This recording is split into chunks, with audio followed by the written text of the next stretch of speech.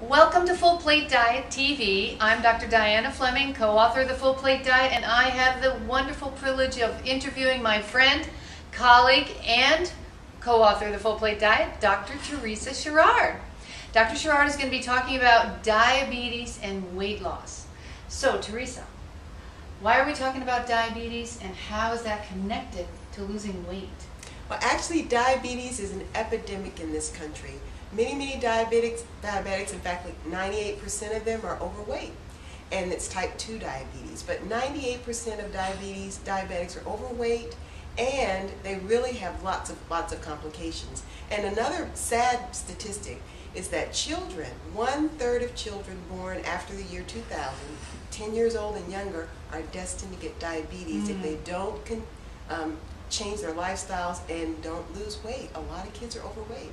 Wow. So, why are most people with diabetes overweight? Well, most people would say it's my genes, it's my mother and my father, but it's really not.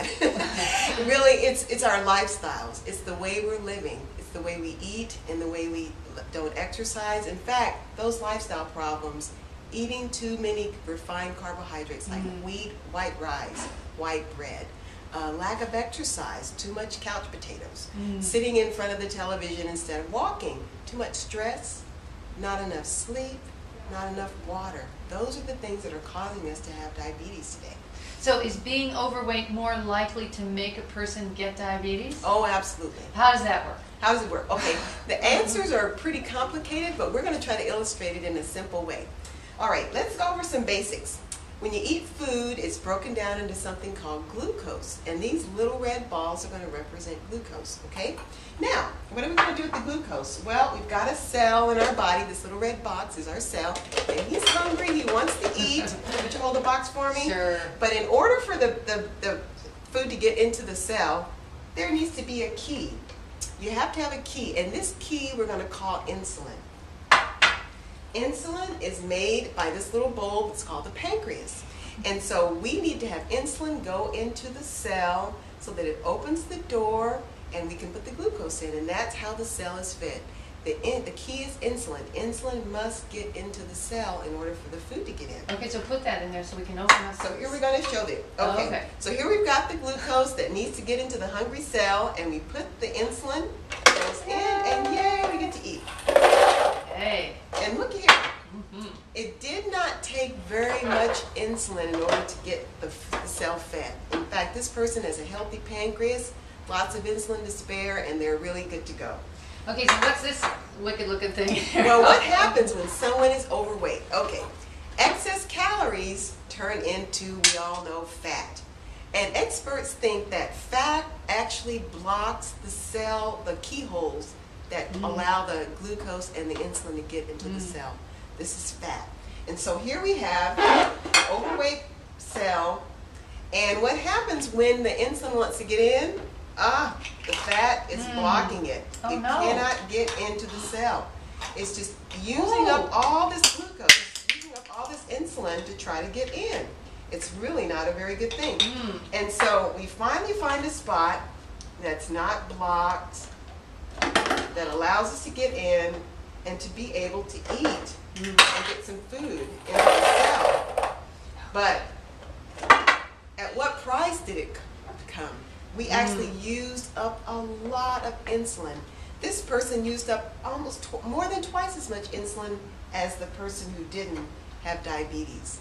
And what this situation is called is insulin resistance. When someone uses up too much insulin in order to process the same amount of sugar, it's called insulin resistance. And that is a problem. That's where diabetes comes from. Okay, so this represents the pancreas. Does this kind of thing do anything for our pancreas? Yes, you see what happens is your poor little pancreas has to make more insulin, and eventually it wears out and you get diabetes. Okay, so weight loss is a problem. So how can a person with diabetes lose weight in a healthy way? How can they lose weight in a healthy way? By eating a high fiber diet like the Full Plate Diet and exercise. You know, a fiber-rich diet that is naturally high in fiber and water is the best diet. And exercise is a really cool thing. When someone exercises with anybody that exercises, actually you need less insulin to actually get that glucose into the cell. If we could imagine that there's a trap door in the back that would allow the glucose to get in without insulin, that is how exercise works. So you can imagine the more you exercise, the less insulin you need, and that's going to save your pancreas. And that applies to everybody, diabetic or not. So even this situation, exercise will help, right? Exercise will really help this person. Good. Okay, so Teresa, there's a lot of fiber-rich foods, like thousands. Yeah. Are all of them good for someone with diabetes, or do they need to focus on particular ones more than others? I bet you've heard this before. Focus on beans and watery vegetables. Those are the foods that you need to focus on as a diabetic.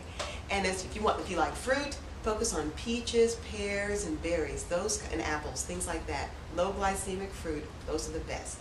What's low glycemic? Low glycemic, it means that it doesn't raise your blood sugar very much when you eat it. Are there any other cautions for people with diabetes that we need to know? Diabetics need to be careful with grains, even whole grains, because those can actually raise blood sugars. We have a wonderful blog on the website that talks about how to eat whole grains. And if you're going to start eating high fiber foods and exercising, please talk to your doctor. Let them know that you're getting ready to change your lifestyle, because your medications may need to be cut, and that would be good news. But we don't want your blood sugars bottoming out because you're taking too much. So please talk to your doctor before you start. Good. Okay, so if you don't have diabetes, does any of this apply to you? Yes, it can apply to you. 54 million people, probably unbeknownst to them, are pre-diabetic. They have high blood pressure, high cholesterol, and they may have a big tummy. Those people need to be careful, they need to be diagnosed, and this will apply to them because they're on their way to diabetes.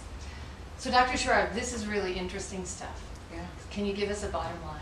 The bottom line is our lifestyles really do matter. If you really want to be healthy, especially if you're a diabetic, adopt a diet like the full plate diet. Become more active, do fun things, make sure you're doing something active every day, and you can actually keep that diabetes away. Right, it's been great having you here on Full Plate Diet TV. We're going to bring you back again. Okay. And for all of you watching, thanks for joining us. We'll see you next time on Full Plate Diet TV.